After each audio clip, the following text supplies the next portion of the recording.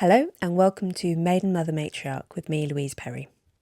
My guest today is journalist Katherine Dee. She's an internet culture reporter and an advice columnist at her Substack, defaultfriend.substack.com. She also can be found at the Washington Examiner, Tablet, The Spectator, Unheard, and many other places. Katherine has an encyclopedic knowledge of the internet culture, now the history of the internet, where it's taking us, the effect that it's having on the whole of our civilization. No, that's no exaggeration. She speaks about her theory about how Tumblr is still influencing us culturally and politically, about sissy hypnoporn and the effect that has on lonely young men, about the male-to-male transsexual, so-called, and why he's a product of the internet age, and about why Chinese kids aren't allowed on TikTok and why our kids probably shouldn't be either. It was a really great conversation. I hope you enjoy it.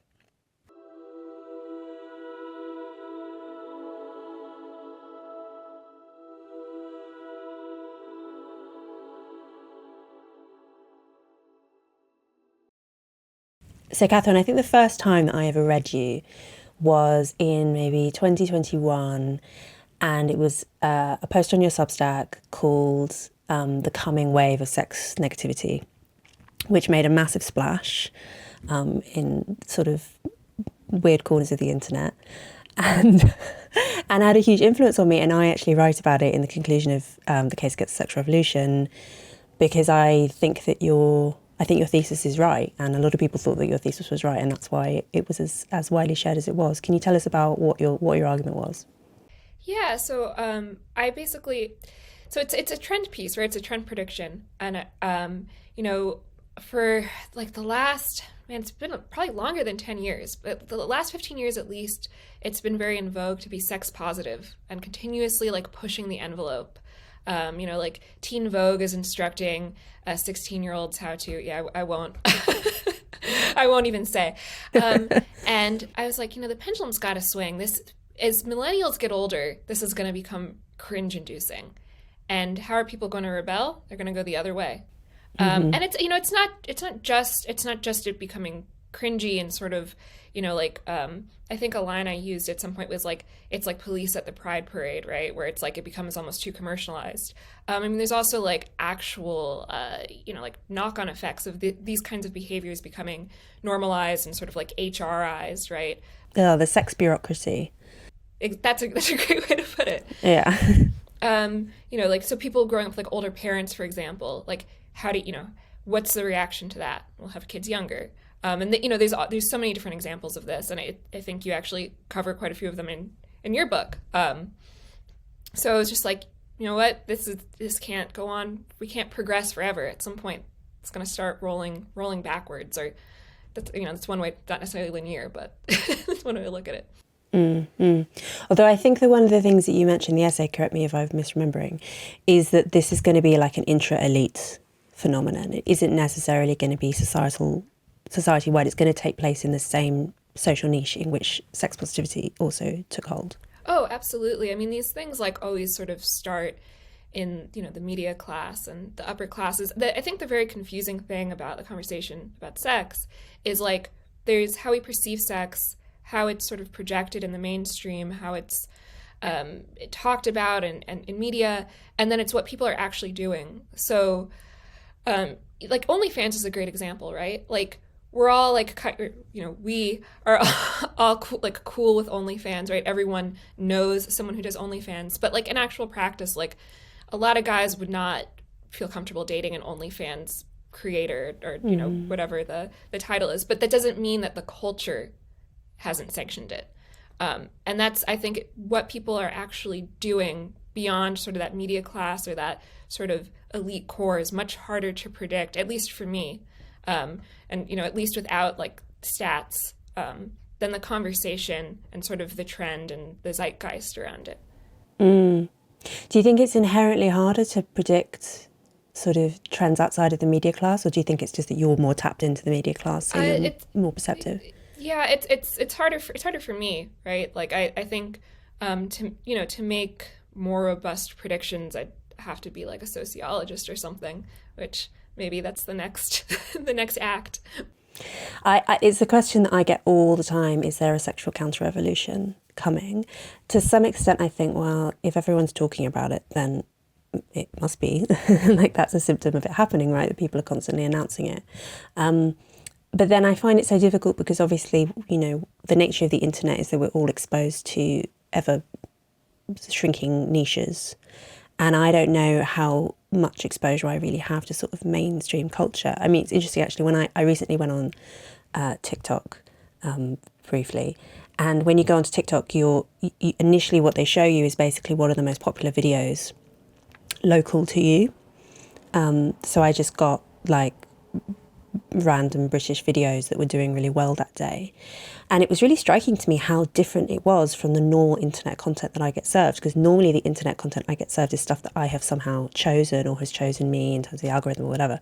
Whereas this was blank slate, like you are just someone based in London, here's what people around you are currently enjoying. And I found it quite alienating because it wasn't that it was bad, but it was just that it was so not what I was used to at all. And it was quite humbling because it made me think, oh, I actually don't really understand like the wider culture at all. I understand my slice of it.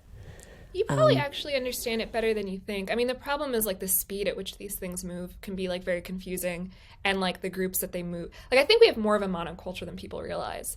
Like to get back to the sexual counter-revolution example, that's actually great because just now is the idea of like the tradwife, so sort of, the grift that you and I are familiar with as being like almost over, like we've seen it play out in so many different ways on Twitter. That feels almost old hat now. Well, it's just hitting everyone else. It's hitting people who are not on Twitter. And you see TikToks of people like critiquing it as though it's just this new trend. So it can be difficult. So there's two parts of it. It's like, where in the trend cycle is this? Where is all the energy? Usually the energy is where the journalists are, right? And then how does the conversation about the thing, and everything's a conversation about the thing with the internet and mass media, differ from what people are actually doing? And it can be really, it's mixed. Like they don't always match one another, and there's always a lag. So it can be really hard to talk about like the reality. And I think that people take that for granted, and they'll say they'll say like, I'm out of touch. Well, it's like, I'm not out of touch. It's just I'm talking about one part of the trend cycle, one group, and I'm making predictions on how this group is going to influence everyone else. And generally, it's pretty right.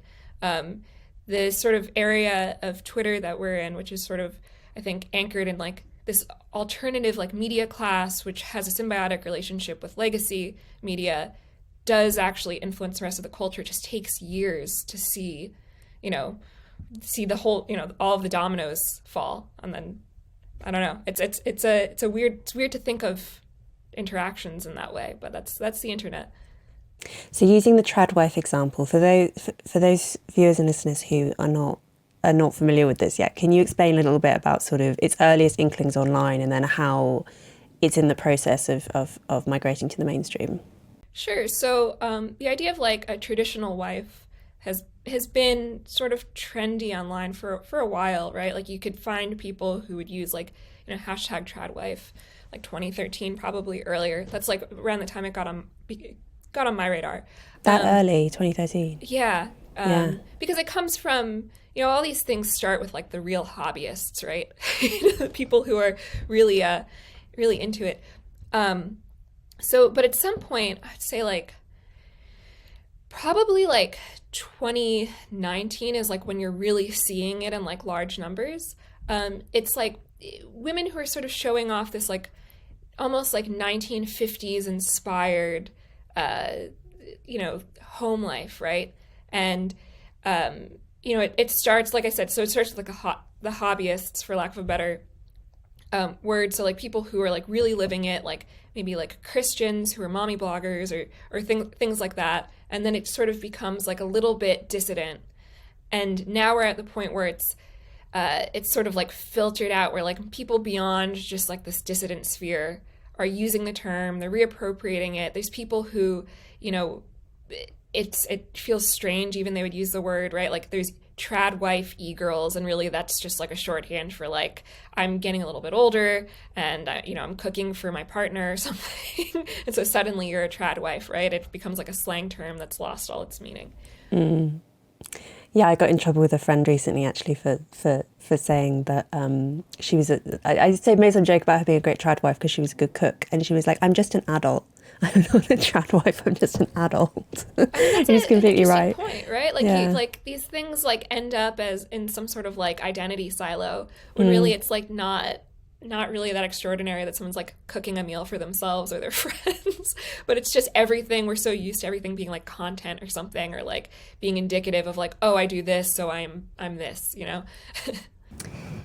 you think that the coming wave of sex negativity is going to come for OnlyFans sooner rather than later?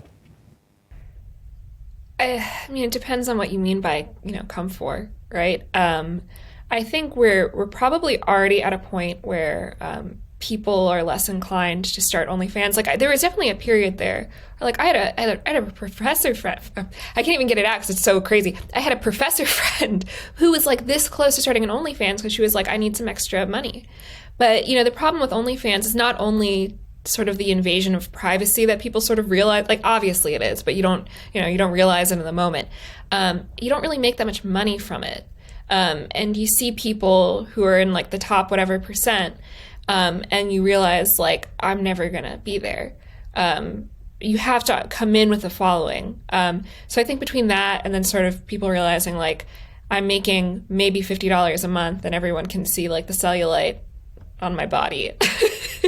It might wane in popularity. I can sort of foresee it either. So OnlyFans had been around for a while. I remember like seeing it in like the late 2010s. I used to be friends with a lot of strippers, very weird thing, but they all had OnlyFans.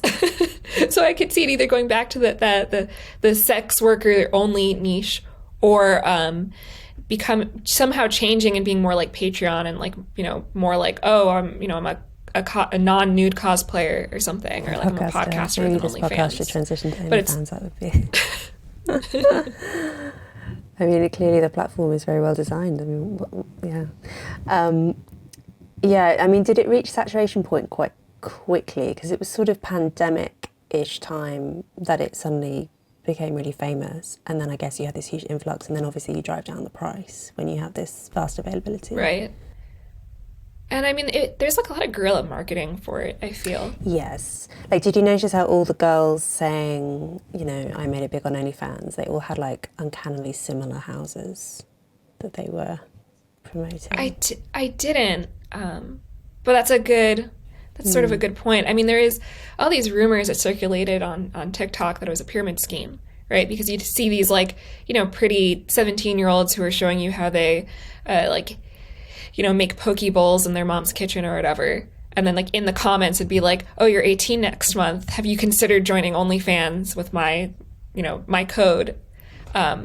And I think a lot of people made money that way by recruiting people because they didn't necessarily have the following. Like women recruiting other women. I mean, I do think, yeah. I mean, so I don't know if, I don't know what the site's future is, but I do think we did see a period for a long time where it started off as sort of edgy to, dabble in sex work, right? So like sugaring, so sugar babies, camming, then, like on My Free Cams, and then escorting even, OnlyFans.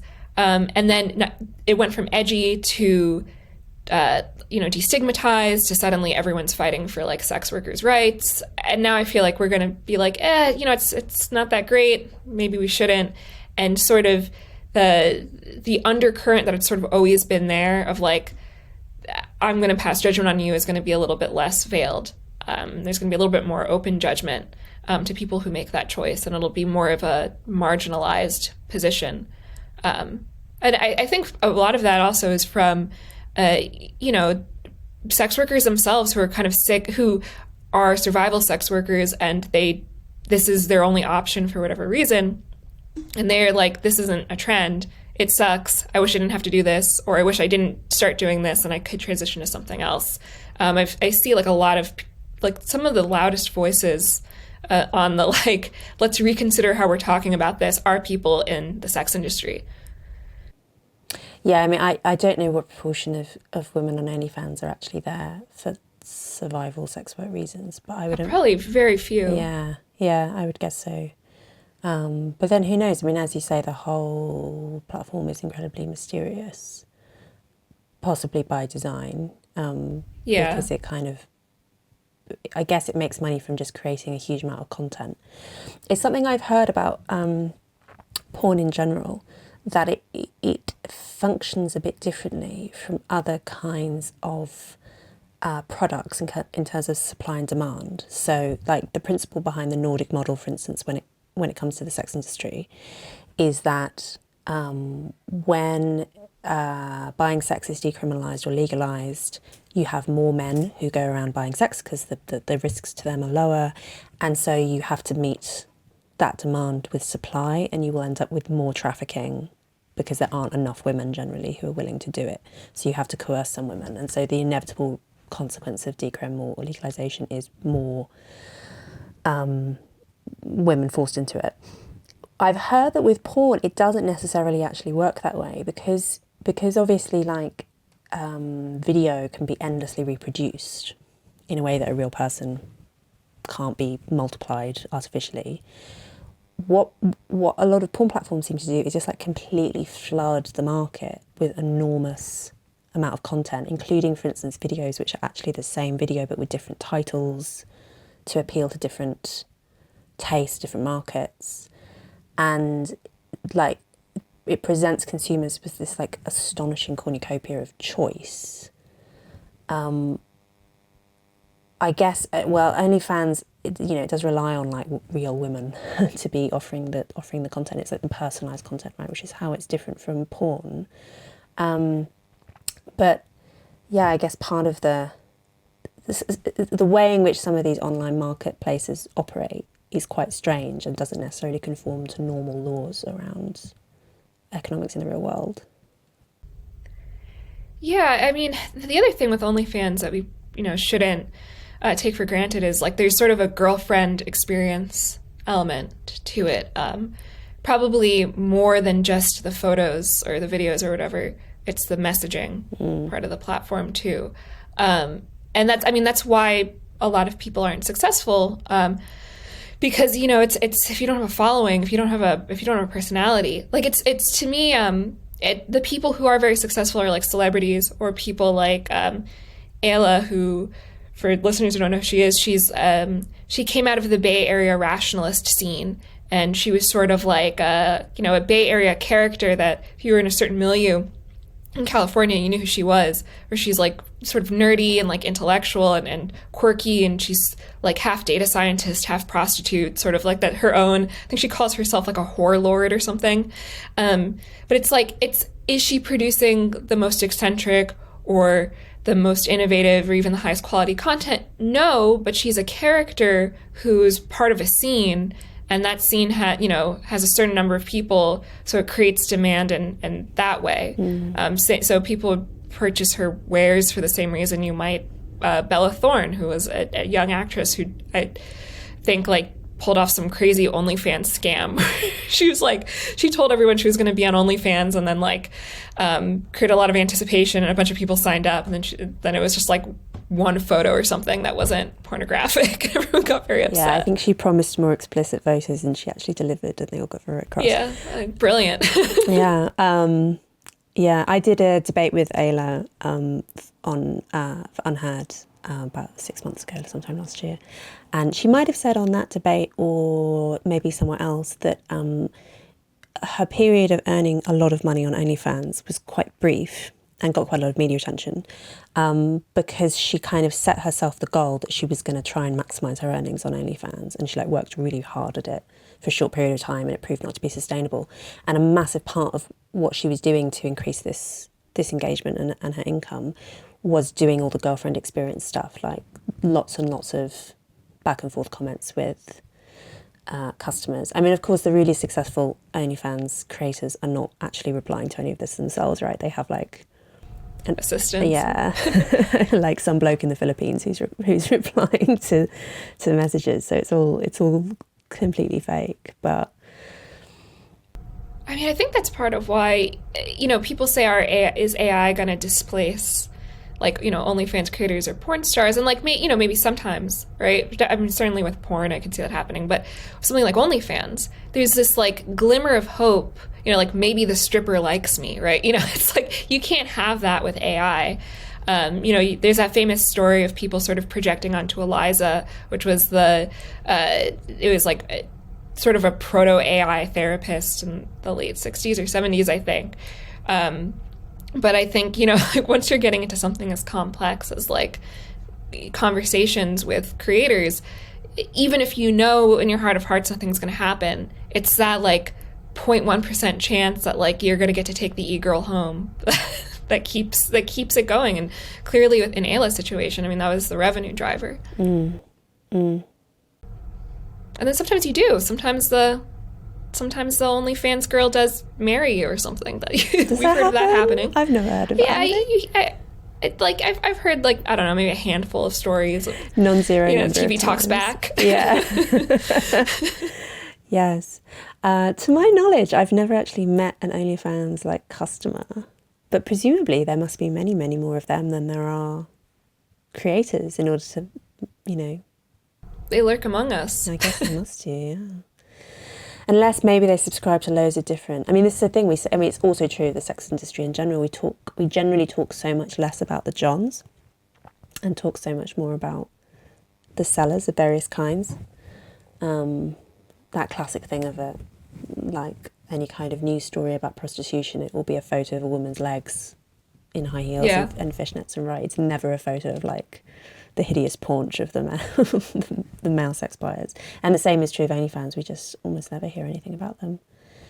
Right, like the other side of the coin with like, lonely men are being exploited. It's like not only are lonely men being exploited, but like they really are being conditioned to view women as objects, even through these girlfriend experiences, because it's like, and I think Ayla said this herself, something to the effect of like, you sag a little bit, they move on to the next girl, and they might have these overly romantic feelings and might say these things that feel very emotional, but they're learning how to like show their appreciation for an object through language that we associate with love, right? So the woman becomes disposable anyway, even if it's through this language of like loneliness, isolation, and romance. So it's kind of like a double-edged sword of horror. One of the things that you do on your Substack is offer an advice column. Speaking of... Is this something that's ever come up in letters that you get? That like fixation on e-girls of various kinds? Oh yes, we have a big audience of sensitive young men who love the online women. And what is am I right in thinking your advice is going to be log off? I mean, not always, right? I think that you can make. I'm not going to tell any of these guys, the OnlyFans creator secretly likes you. That's not right. My co-writer would probably say log off and go see a prostitute. And my advice, a little bit more measured, is like, don't, stay away from the porn, but why don't you like DM a girl from Twitter or something and see if you could take her out in person. Best of both worlds. Twitter girls are slightly less Android than OnlyFans right, girls. Slightly. Yeah. I mean, I personally think that the strongest argument for porn and, by association, OnlyFans and various like iterations of it, is not the sexual liberation argument, is not the like infinite choice sort of freedom argument at all.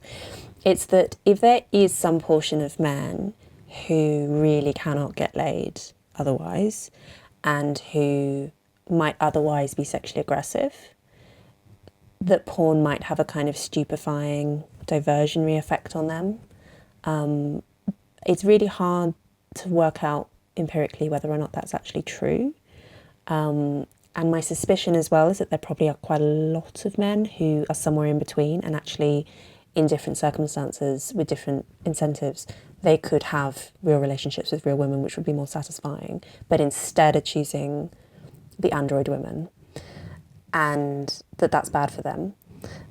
But, maybe it is true that like there are some portion of men who should be kind of it's better if they're plugged into the virtual reality sex I don't, ecosystem. I don't know. I mean, I think that like for there's a lot of men who live in like weird small towns where there's just like not a lot of women, or like things like that, or like they're in lines of work where they can't really meet women or have relationships. And I think I don't know what porn's impact on people like that is, but the people I really think of are like those who are like severely disabled, where it really there is no way out. There's no waiting period.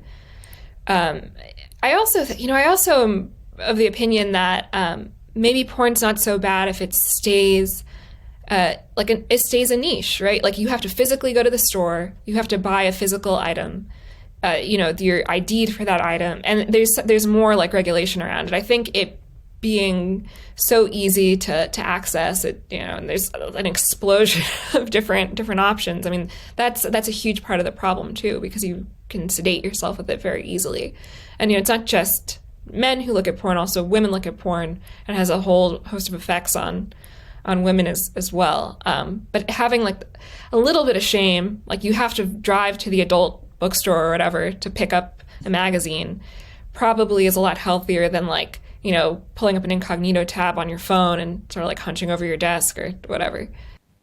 This has been under discussion in the UK around age verification, that maybe what we should be doing is you have to go to a newsagent and buy a little like porn token, which has a barcode or something like that, and then you go home and you can use it to access sites. So it's still the online product, but it's one, allowing newsagents to do age verification, and two, injecting like a little bit of shame and maybe just a little bit of a hurdle.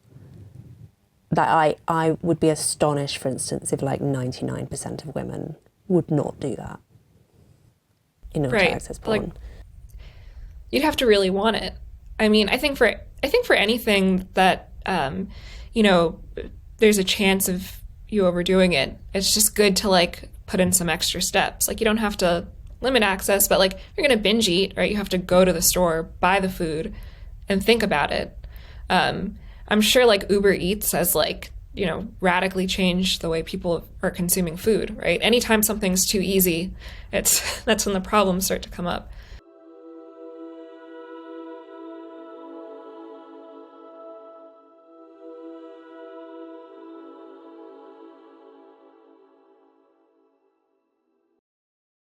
Maiden Mother Matriarch is brought to you by Keeper, the world's most advanced matchmaking solution.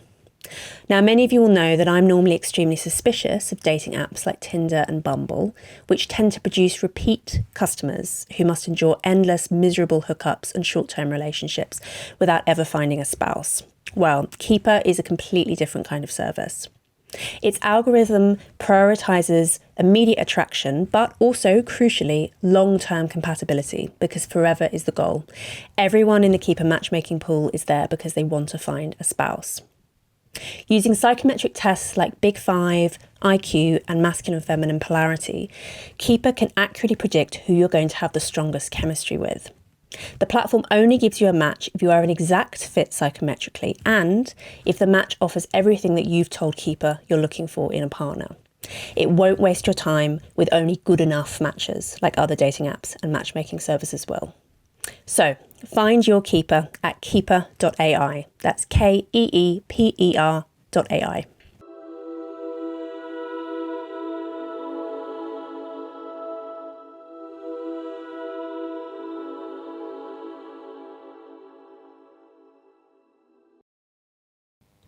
In terms as well of the amazing variety of porn available, the fact now that even, I guess in like 20 years, you've suddenly had this explosion in options available that was never available in Playboy or whatever, right? But now every fetish you can possibly imagine, and some that you can't, are available on the internet. I see this unambiguously as being a bad thing. I mean, I guess that the more sex positive view of it would be that it's good to provide stimulation for people who have weird interests. There's nothing wrong with having weird interests as long as they don't hurt anyone. But then my suspicion is that actually the internet is creating these interests in people who wouldn't otherwise, I mean, it's long term, it's bad for the people with the weird interests, right? Because the floodgates open and it dilutes the product. And also there's always a sense of community, especially on like the early internet or on some of these more fringe things. And as they become more commercialized or again, like diluted, it's bad for the people who like really they're on the fringes and maybe they belong there, right? But yeah, definitely with you on the internet creating some of these interests, because you're novelty seeking at a certain point, like you're gamifying getting off, and the vanilla stuff becomes old, and then you move on to like BDSM, and that gets old, and then it's like, well, what if, I don't know, whatever the next thing is, right? Then that gets old.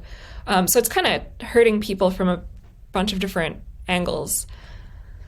With like sissy hypno, right? Speaking of things, that's something I've interviewed a few people about their interest in that. So it's being hypnotized, men being hypnotized into feminizing themselves and bimbifying themselves.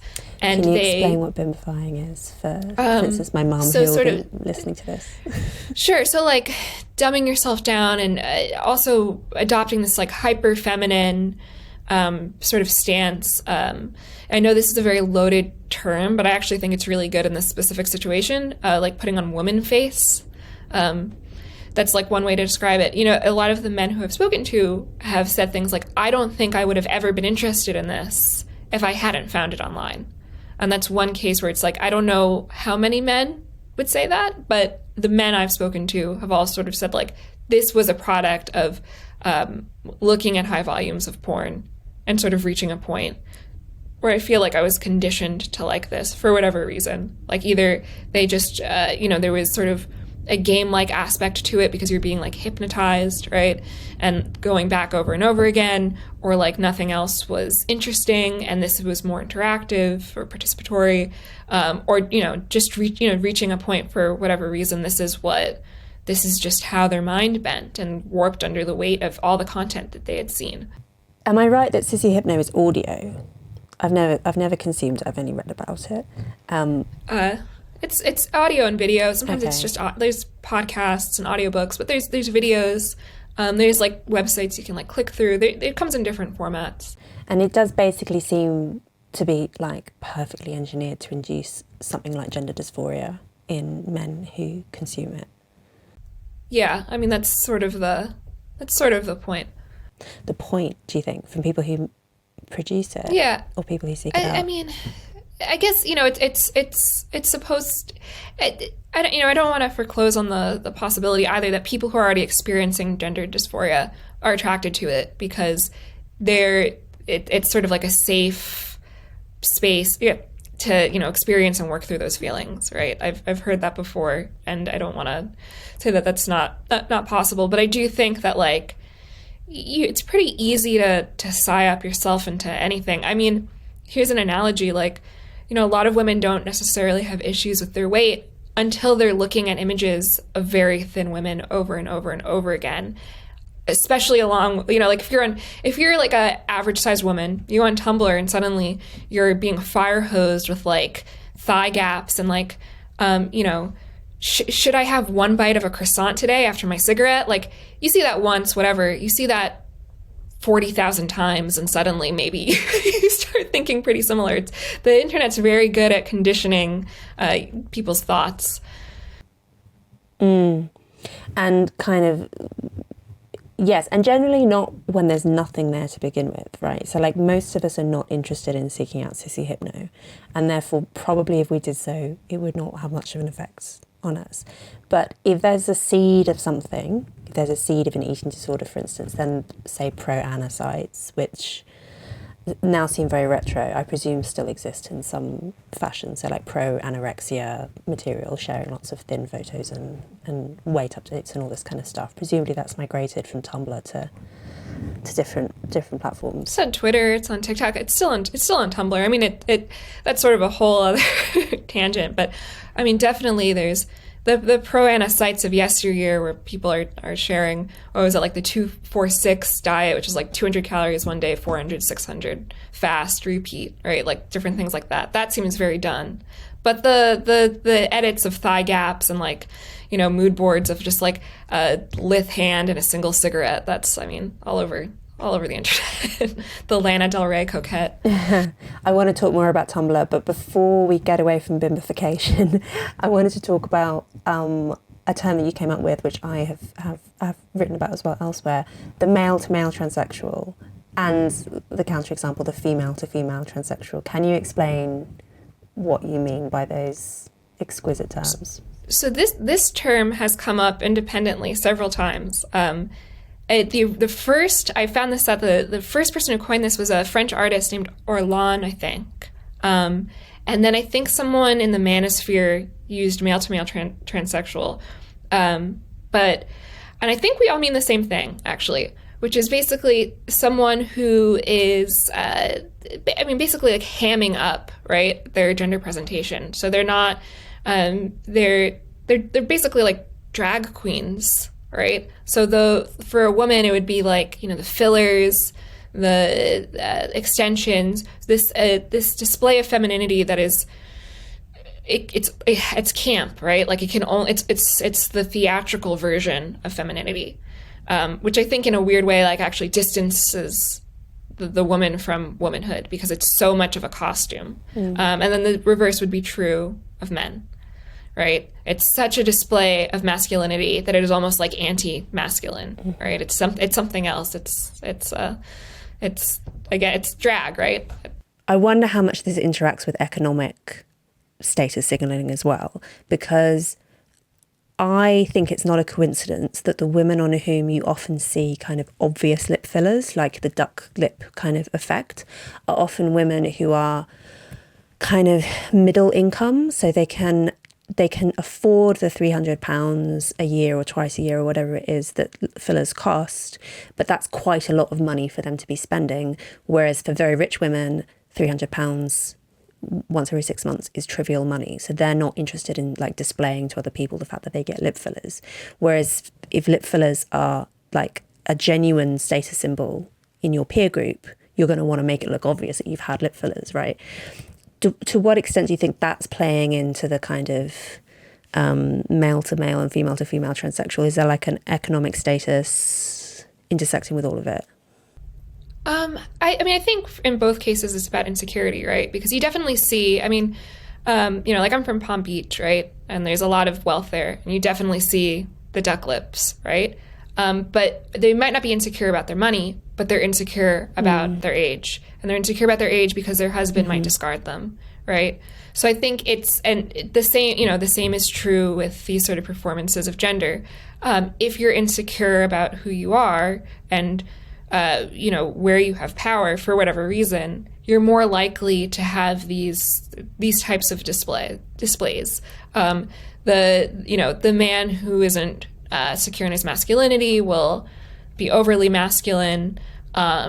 Usually when you see these sort of like the female to female transsexual, right? They're women who feel like they're not enough on their own, so a more moderate or like tempered display of femininity, they may not feel beautiful. So it's almost like, like an FU, like I'm going to lean all the way in and make it camp, because then, and it's almost like choosing ugliness in a weird way. Like it's, they can't do it like correctly, or they can't do it with temperance. So they have to do it so big that it becomes its own type of expression. And I think for so many things, that's really the root catalyst. Interesting. All right, I want to talk about Tumblr, because I know that you see Tumblr at the root of a huge amount of what ails us as a civilization. First of all, explain what Tumblr is for people who don't know or can't remember. Tumblr was a microblogging site. So it wasn't like a live journal or a blogger where people were writing like 4,000 word tomes about their day. They were writing it still exists, but at its peak, it was like 3 or 4 sentences if you're writing something. It was very image heavy. It had sort of like a feed like you would have on Twitter, where everyone's posts you would see it in one in one stream. And it was very big with fandom. So if you wrote fan fiction, if you role played, if you drew fan art, and if you're really into like a certain media property, you were probably on Tumblr. And it started in 2007, if I'm remembering correctly. It peaked 2011, 2012. So is that slightly predating Twitter? Yeah, I think Twitter was 2009. And Twitter didn't really get big until a little bit later. But Twitter had different audiences, right? In 2013, I think Tumblr was the #1 site for like the 13 to 18-year-old age bracket. So it was really for teenagers. 2014 things start to taper off, but then you have sort of a second wave of Tumblr popularity, 2014 to 2017. At some point, they banned porn. I think they banned porn. I think I lived in Boston when they banned porn, so it might have been 2015. And that's when the demographics started to change, and it got acquired, and the website started to change. And now it's sort of, there's ruins. People still use it, but it's not the popular place it was in the early 2010s. And why do you think that Tumblr has such explanatory power in looking at the place the culture's in right now? So a lot of what we would call like wokeness, right?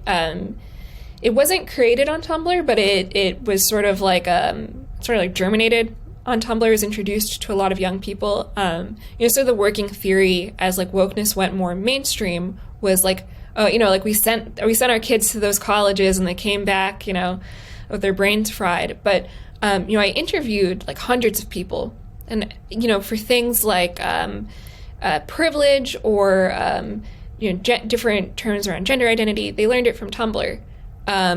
And I think that very online teenagers brought these ideas to their university classrooms, and between that and journalists scraping Tumblr for content, like BuzzFeed journalists, sort of like lower tier, back when freelance writers were trying to create clickbait, and it was like $50 a pop or whatever.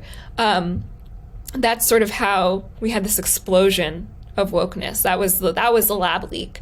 Again, not that these teenagers invented it. I know a lot of these things come from academia, but they come from like grad school and sort of like the outer reaches of activism and things that your average they had stayed contained for as long as they stayed contained for a reason, right?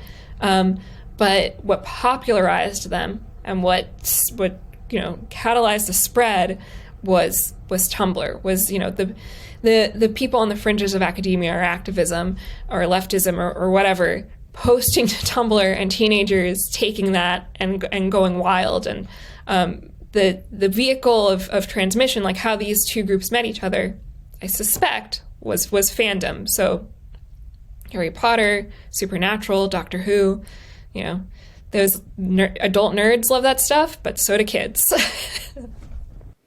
Do you think there's something about wokeness which is particularly appealing to that kind of Tumblr ecosystem? It encourages, I guess, quite a lot of classification. I dimly remember, I didn't really use Tumblr, though I'm roughly that age group, there being a lot of people kind of listing all their different privileges and oppressions and whatever, and they're kind of almost like a listicle per person, which maybe is quite well suited to the microblogging. Is there something else as well about wokeness, do you think, that flourishes in that environment? Yeah, I mean, I think it's a lot of people who feel, they feel invisible. This feels so cliche to say, but like they feel invisible in their day-to-day lives.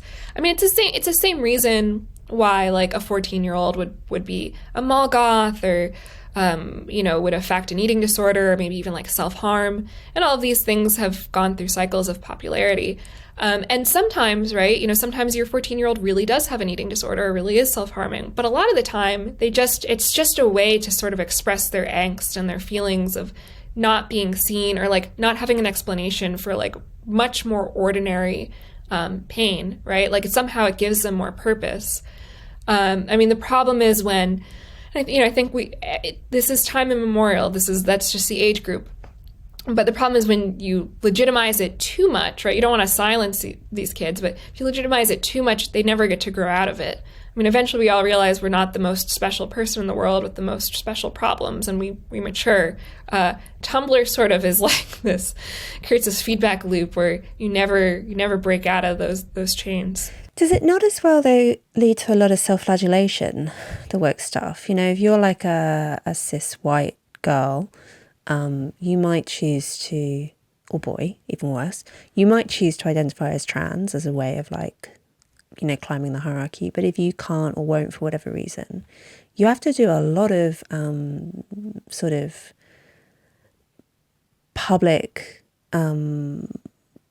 like bowing before the hierarchical system and so on. And I wonder if this is one of the things that's contributing to the famed mental health crisis among young women, that everywhere they go, they're having to sort of debase themselves before this political ideology, which maybe serves their self-esteem interests sometimes, but very often doesn't. Yeah, I mean, that's definitely true. I mean, I don't know if that's necessarily at the root of the mental health crisis, though. I think it might be one factor among many. Yeah, that feels like more of like an adult phenomenon. But if you think of something, you know, if you like, I rewatched Mean Girls the other night, right? And if you think of like the hierarchies in that film, there's something to it. Like there's the people who are, you know, identifying as the most special, and then there's sort of the people who are the supporting characters. And that's definitely like one way to be like a supporting character, is to self-flagellate. But it's, of course, that's its own sort of expression of angst, especially if you overdo it. And so these are kids who I guess now are in their mid-20s to mid-30s, perhaps. And they're now reaching the point where they are having some influence in their professions, potentially. Yeah, I mean, the one part of this though that I think has been very underrated is, so like, not only do these kids never grow out of it, and for a lot of people it becomes sort of central to the way they navigate the world, but also, so this was during a time when, like, again, like, digital publications were cutting back and like journalism became less of a craft. So you had people who needed to produce these articles, high volume, needed to be clickbait, and they needed to do it quickly, and they weren't really edited. So they would go to Reddit, and they would go to Tumblr, and they would basically like be like these content hounds, you know, just like sniffing for things. They'd go through Wikipedia, down the content right? lines. So it's like, yeah, right. So like, what subculture can I write about today that's like super wacky, or, you know, like what new identity can I write about? And for a while, that was really that, you know, that people were curious. I mean, I remember myself, I would like go through Wikipedia and I'd be like, all right, what has no one written about yet? Like, what's sufficiently weird that I can, you know, I could spin into 800 words. And I think that, you know, that legitimated a lot of these ideas that may have, you know, only belonged in these like small conversations on Tumblr. And there's people are starting to go back and like sort of like retroactively like document this. But like, if you look up the origins of Latinx, for example, right, and it takes a while to find all the sources. When it first got introduced in the mainstream, it was being introduced as this label came out of the blogosphere, right? You know, this is where it comes from. Someone in, you know, first seen in a blog, then seen in an obscure academic journal, and then suddenly it's like showing up in, you know, these like clickbait articles, right? In between that is Tumblr. So in that instance, you think it went Tumblr then academia rather than the other way around? Yeah, I think it was in a blog, right? Like, not necessarily Tumblr. I think it was in a blog, someone who's probably an academic, then you know, the term was being used, people liked it, it ends up in an academic journal. You know, probably someone who is like, you know, looking up identity stuff or whatever, like, you know, identity was sort of like a hobby interest of theirs, ends up on Tumblr, and then it sort of spreads and becomes like a part of online speech, and then suddenly, it's everyone's using it. Oh, it must be right. It sounds right. It sounds what people want, and it ends up being written about and legitimized. And initially, it's very cool, and then of course, like once everyone's nan is saying Latinx, it's not cool anymore, and you have to move on to something else. That's the nature of subcultures. I can't remember who wrote this theory, so I can't credit them. But you may have come across this idea that the reason why you see these sudden watershed moments in the culture, 2020 being the sort of the crucial one for wokeness, is not just because of the events of 2020, the George Floyd's death. It's because it's when you reach a certain crucial saturation point of a particular generation coming into positions of greater seniority. So something like, the New York Times, for example, is dominated at the very top by liberal boomers, but you have this huge number of much more junior members of staff in their 20s and early 30s maybe, who are Tumblr kids, who've come of age in this period and have imbibed this belief system, but they don't really have that much influence over the publication because they're too junior. But when they reach the point where some of them start getting promoted and there are like enough of them in the organisation and that they have real power and they can actually exert influence over their bosses, suddenly it appears as if this like ideology has appeared out of nowhere. It hasn't appeared out of nowhere. It's just that the generation who hold to it have suddenly reached an age where they can let it play out in real life. And that's probably what we're seeing right now, right? That Tumblr is not new. These ideas are not new, but they suddenly are being espoused by people who actually have power in the world. Yeah, I mean, I absolutely agree. And the younger generations now are questioning it. And I think like we're going to be, once again, blindsided. If you look at like what teenagers are talking about, I feel like there's a lot of measured self-criticism. A lot of these ideas, like people aren't necessarily abandoning it. But like a lot of like, maybe we went too far, like not full like dissidence, but definitely like, nope, this made my middle school years hell, and I'm reconsidering now. What do you think is going to be the next thing? What is, you hear about Gen Z being surprisingly right wing, for instance. Do you think that's true, or just for the boys?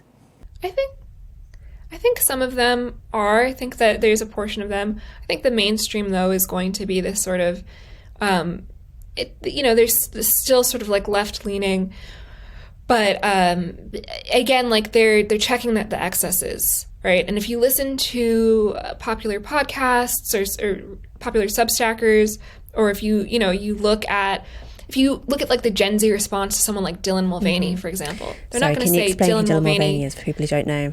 Sure, Dylan Mulvaney is a trans woman who started tracking.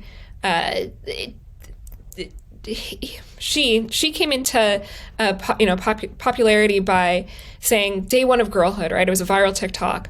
And she got all these like brand deals, and like it just blew up, right? And has become like a minor celebrity. And has a kind of Audrey Hepburn, sort of look, yeah.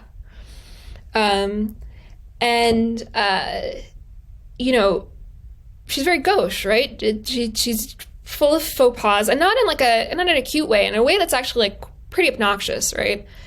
Now a millennial might have been like, well, don't misgender her. Don't, trans women are women. She's so sweet, just defending, but without seeing the nuance of this is a full person who happens to be trans.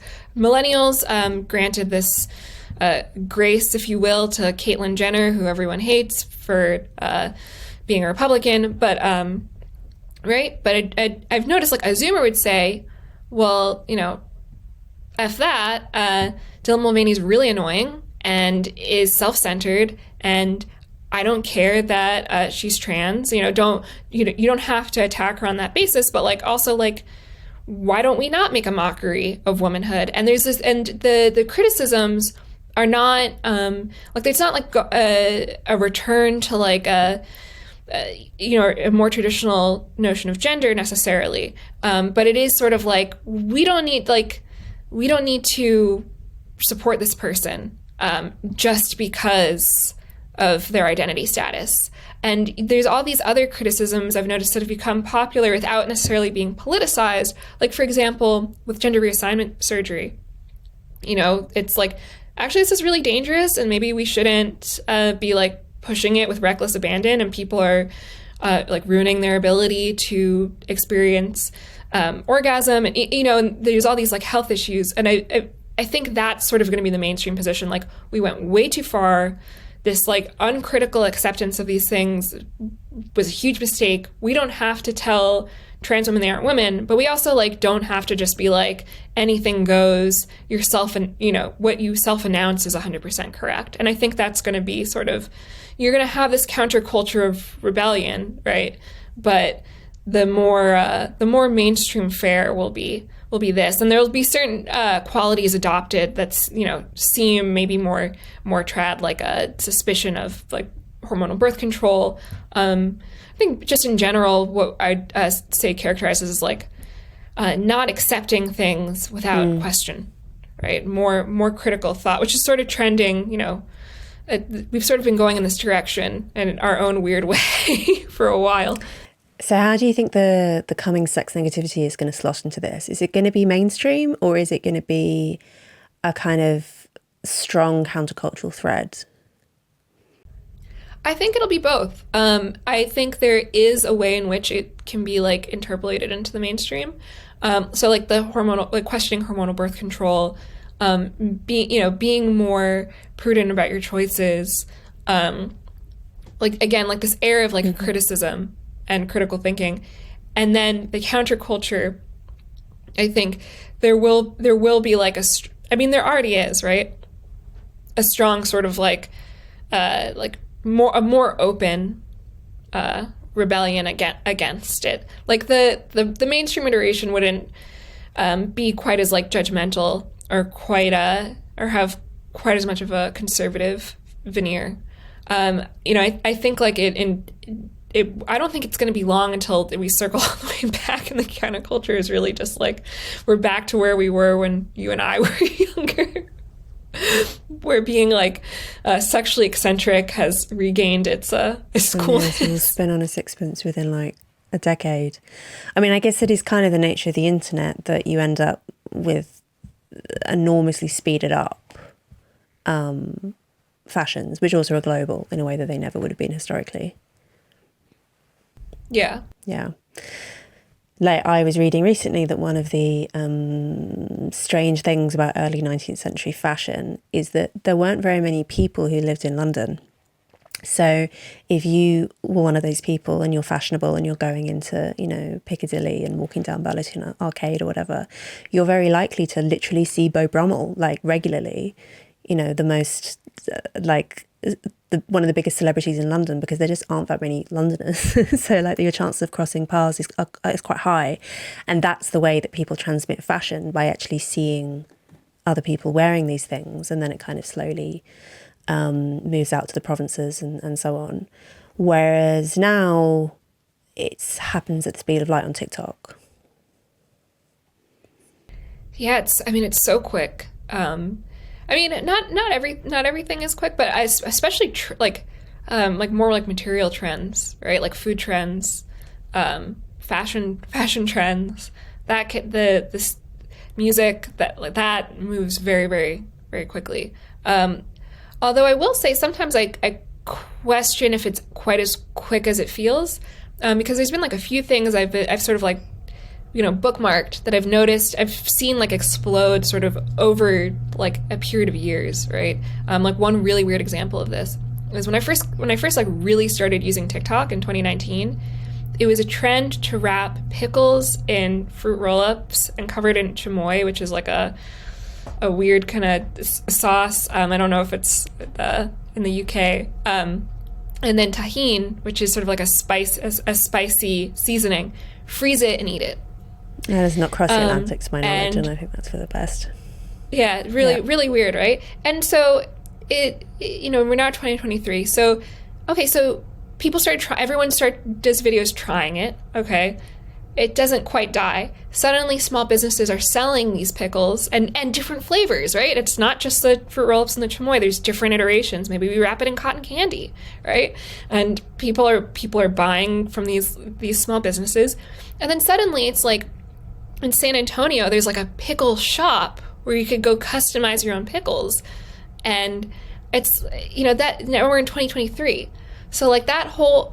I could be wrong, right? I haven't like extensively researched this pickle trend, but like that whole like life cycle of these pickles has like, taken us through several years. And I wouldn't be surprised if we get to the point where it's like, on the Today Show or The View or something, they're like, oh, have you heard about these pickles that like everyone's trying on, it's like a Bon Appetit recipe or something, right? And that's actually like a pretty long time for something to develop before it's like, it's like frozen yogurt and it's like we all ate it and now it's like, who cares? What the hell is that?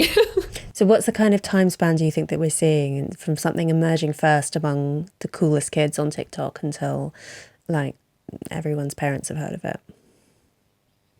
I don't know. I haven't been, I haven't seen the end of the lifespan of like these pickles. It could be a decade. For all I know. In terms of other things as well, though, I mean, is there are we talking years, would you say, actually, rather than, Oh, absolutely. Yeah, definitely years. I mean, there's certain things that the turnover seems very quick, especially with fashion, which is, you also see analyzing micro trends is itself a trend. A very lucrative trend if you work in a fashion business. Yeah, right? And I think that's sort of a response to like the turnover is so quick for certain things. But there's other things that have more longevity. Like the way we consume music is totally different. We're definitely like in a curatorial phase with music. And by that I mean like things get sort of like pulled from the archive and repopularized for a short period of time and then go dormant again. But like what we wear, how we wear makeup, these things seem very, very quick. But what we eat, also very influenced by the internet. That seems, I mean, this is true in other parts of the internet too. Like look at, the carnivore diet is something that has had many lives. Keto has had many lives. Like people getting into raw milk or like diets that are more hormone conscious. Like there's Ray Peat. It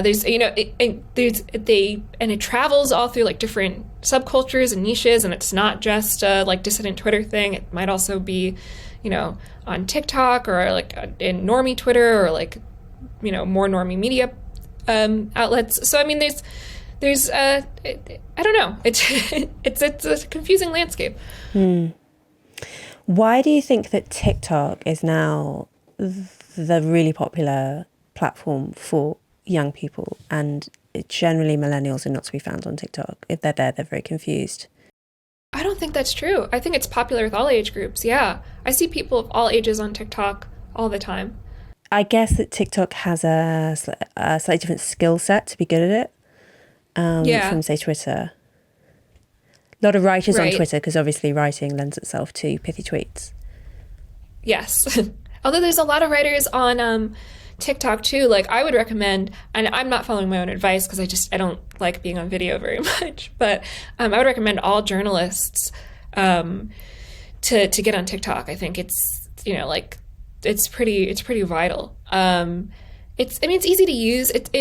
People can be really vicious on TikTok, but for me at least, there's something that feels like less scary about it. Like my distaste for video is like unrelated to the platform. That's just like native to my own life experience. But there's something about it, and I think it's because the way you interact is somehow like more siloed, right? Like on Twitter, like I'm responding to people and I'm seeing people in a way that I'm not on TikTok, right? Like I don't know if I can explain it well, but it's like when I'm making a video, I'm talking to myself in a way that isn't true on Twitter. Like I'm always talking to an audience on Twitter. And often the convention on TikTok is for people to be doing other things. It's rare for people to just hold the camera and speak to it. They tend to be doing things like putting on makeup is a classic, or driving, Cooking, or doing some sort of almost like side-by-side activity. You know, the classic advice from advice columnists like yourself is to have difficult conversations with someone while you're doing a kind of shoulder-to-shoulder activity like driving. And people seem to produce TikToks in exactly those environments. Maybe it's to do with the fact that you just feel less awkward if you're not actually looking at the camera. It's quite a hard thing to get used to. Or I guess it's just the sort of funny conventions that build up in any kind of online culture. I mean, it really like worms its way into your life. You know, like it's sort of like always there with you. It's what's really interesting is like TikTok really steals your attention in a way that Twitter doesn't, right? Like you could have a conversation with someone who's tweeting. You can't really have a conversation with someone who's looking at TikToks. But somehow like the actual content you create feels like it's sort of like unobtrusive, and it's, you know, it's like, well, I would have been putting on makeup to go out anyway, right? But it actually, like in reality, you know, it's, once you're in that vortex, and nothing's penetrating it. One of the things I really hate about TikTok, which also makes me feel quite old, is that when you open the app, it immediately makes sound. And which is not true, obviously, for Twitter, but it also, or any other social media platform. I guess though that younger people do tend to be more tolerant of that. Like they'll play music out loud on public transport more often than older people will. And just, I mean, for me, I'm mortified if my phone makes sound in public, but I guess that's a social convention that's dying. Yeah, I mean, you know, and they always have headphones in. I always have headphones in. I've actually started doing this like really like deranged thing of like turning my phone, like turning the volume all the way down and watching TikToks with the sound. But they've got the like captions. Which are always wrong, you know, but it's like something like now I'm at the point of like being addicted to it, where it's like I'm not even paying attention. I'm just sort of like passively like scrolling. Because it's just the algorithm is so good. The caption technology is actually pretty good as well. Like it's surprisingly good, even though it makes errors and also picks up all of your, you know, your little sounds. But like the technology is pretty amazing, and the fact that it just feeds you exactly what you want is of course why the Chinese government is not permitting its own young people access to the hard stuff. There's that alternative TikTok site which is much more suitable for children and much less addictive, which Chinese children are actually allowed access to. I wouldn't be surprised if we found out it was like an op all along. And there's so many weird things. I mean, I embrace it. I think, you know what? I think that's a beautiful note to end. And then we're at about time. Katherine, where can people find you on the internet, that awful place? You could find me at defaultfriend.substack.com. And all the many articles I write for other outlets are always going up there. So awesome. And you also have your advice column up there as well, right? I do. Fantastic. And you're on Twitter, you're on TikTok. People can find you in all the usual places. Well, not really. I'm private on TikTok, and who knows if I'll be back on Twitter by the time this airs. We'll see. Okay. No suspense. Katherine, thank you so much for speaking with me. Thanks for having me.